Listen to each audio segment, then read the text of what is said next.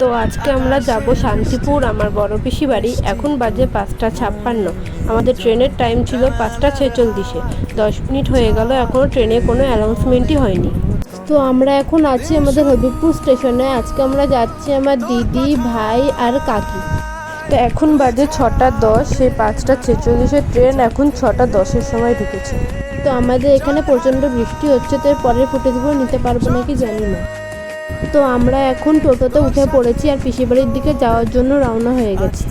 ট্রেনের ভিতর প্রচণ্ড ভিড় ছিল, আর ট্রেন থেকে নেমেও শান্তিপুরে প্রচণ্ড বৃষ্টি হচ্ছিল বলে সেই ফুটেজগুলো নিতে পারিনি।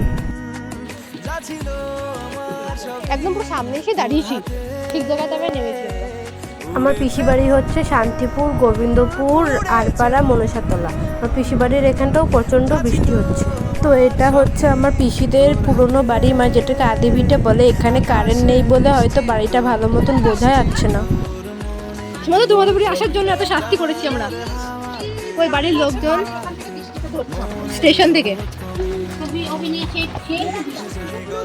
ও পিসি, ভালো আছো? দাদারা কোথায়? তো আমার ঠাকমা আগেই চলে এসেছিল, ওই যে বসে আছে ঘরের ভিতরে। আর এইটা হচ্ছে আমার পিসিদের বাড়ি। এই যে আমার বড় পিসে মশাই।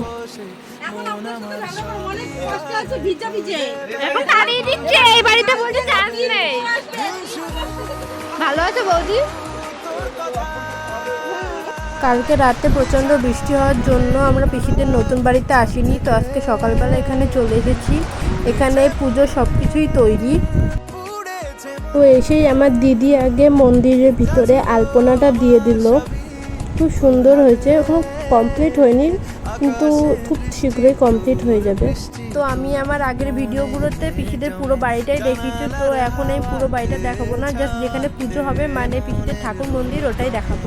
তো এটা হচ্ছে পিসিদের সেই ঠাকুর মন্দির। ঠাকুর মন্দিরটাও ফুল দিয়ে খুব সুন্দরভাবে সাজিয়েছে। তো সেকেন্ড পার্টের জন্য সবাই আমার অ্যাকাউন্টটা ফলো করে নাও।